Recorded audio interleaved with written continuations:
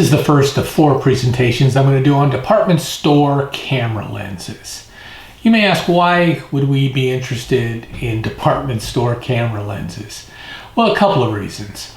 One, there are a lot of them out there. There's an abundance of them out there, and they can be had for very reasonable prices. You can find them on eBay, in thrift stores, at estate sales, secondhand stores. There are a lot of them available. Second, some of them are pretty good lenses.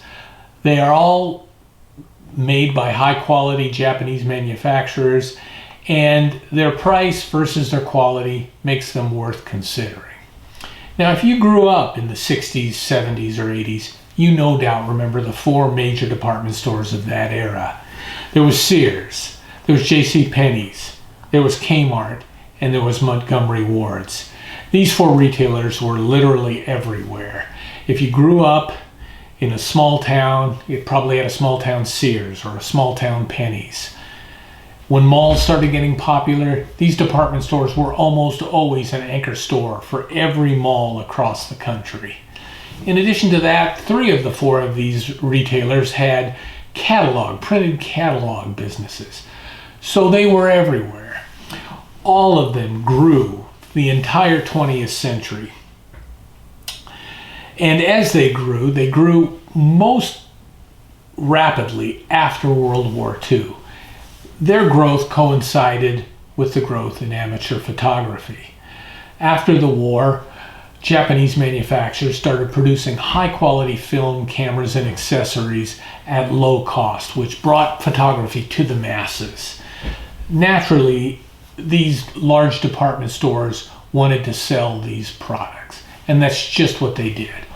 All 4 of them offered photography equipment branded under their own name for quite a time between the 60s and the 90s. This video I'm going to focus on Montgomery Ward's, and for a couple of reasons I'm starting with Montgomery Ward's. For one, they had a little more of a limited offering than the other 3. And 2, a lot of people probably have forgotten about Montgomery Ward's, but they were a major retailer in the 20th century. One of the top retailers, 2nd or 3rd for years and years. Now, when it came to photography equipment, they offered cameras, point-and-shoot cameras, rangefinder cameras, SLR cameras, accessories, flashes, lots of film accessories, and lenses. Now, their cameras, their rangefinder cameras, I believe were manufactured by Konica, and their SLRs were manufactured by Yashica. So very high quality manufacturers. So they weren't cheap cameras. Their lens offering was a little more limited than the others. They offered your standard lenses, 28mm f2.8, 50mm f2, 135mm f2.8, and f3.5, 200 f4, and then a couple of zoom options also, 35 to 70 and 70 to 210 type zoom that was available. So in this video, we're going to take a look at a couple of their lenses, see how they do, see if they're worth looking into. They're interesting at a minimum. We're going to take a look at a couple of Montgomery Ward lenses that I've got here that I picked up. I picked these up, I think, either at secondhand stores or estate sales. So take a look at a couple of them. First, we're going to look at the Montgomery Ward 67-582. It's a 135 f2.8 lens. And then we're going to look at the Montgomery Ward 67-I-584. It's a 85 to 205 f3.8 lens. Now, this lens is a portrait lens. They offer this lens in both an f2.8 and an f3.5. This would be slightly faster. This came in an M42 mount, which is what predominantly when I find Montgomery Ward lenses, I find them in M42 screw mounts. I know that they did make mounts for Minolta SRT cameras, and I believe they made a Pentax K mount. But generally, when I come across them, they all have M42 mounts. And this is good because they're easily adaptable to mirrorless applications. You can get mirrorless adapters very reasonably on eBay for less than $20. And you can also adapt M42 lenses to DSLRs using a glassless adapter that you can get for $10 to $12 on eBay. So easy to adapt this lens to other applications. Now, as I said, Montgomery Ward's didn't manufacture any of these lenses. They purchased most of their lenses from Japanese optical companies that were getting their start after World War II and needed to grow. And if you take a look at this lens, you'll see it's very similar to this Sun Optics Suntar Auto 135 f2.8. They look alike, they have the same style, and I'm going to say they're the same lens.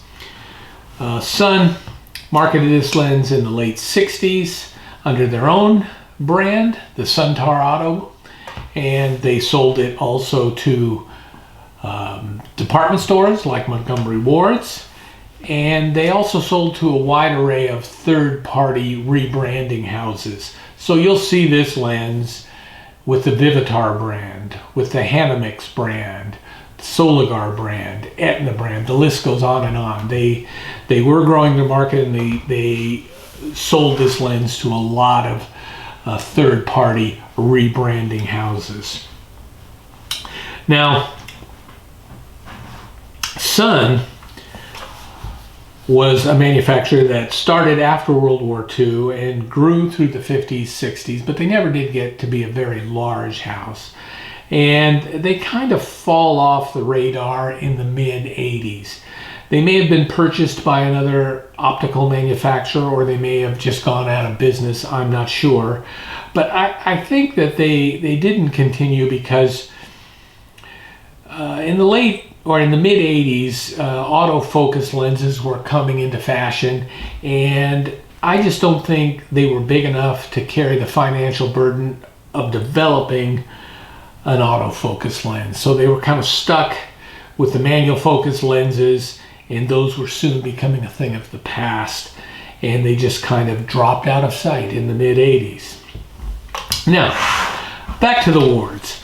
I've taken a few photos with this lens, and I'm going to show them to you here, and I'm going to let you decide if you think it was worth the $7 to $10 I paid for this lens.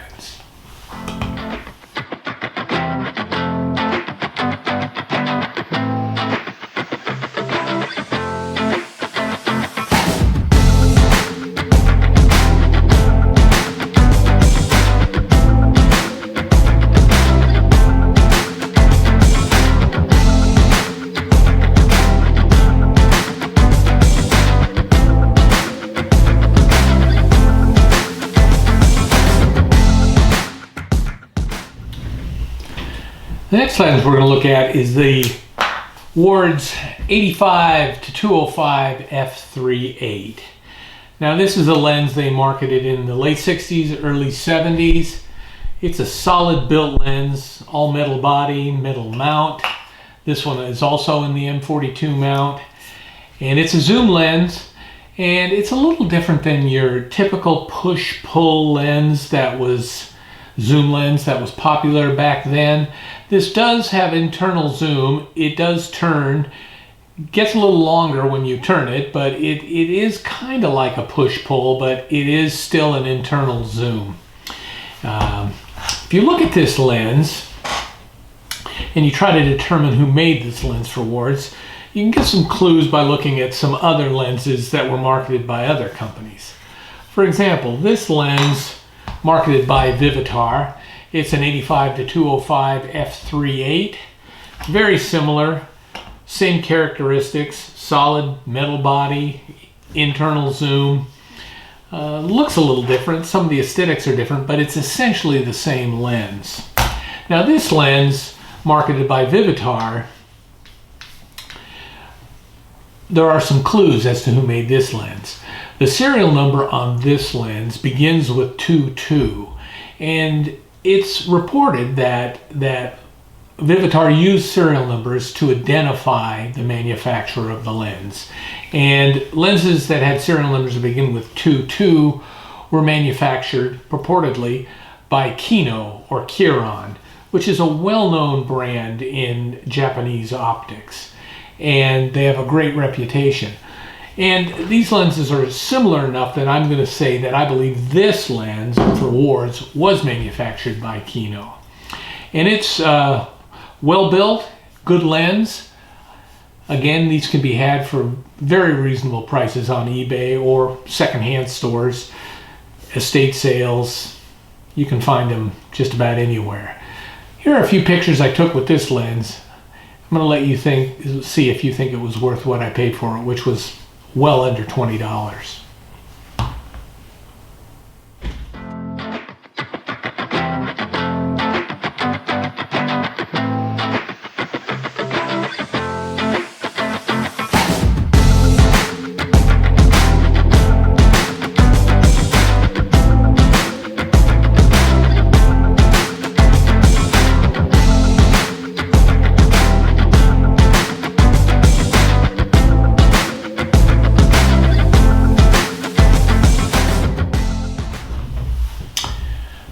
Now we've just looked at two lenses marketed by Wards. A 135 f2.8, which we think was manufactured by Sun Optics, and an 85 to 205, which we think was manufactured by Kiro or Kiron. Now these weren't the only two manufacturers that were marketed by Wards.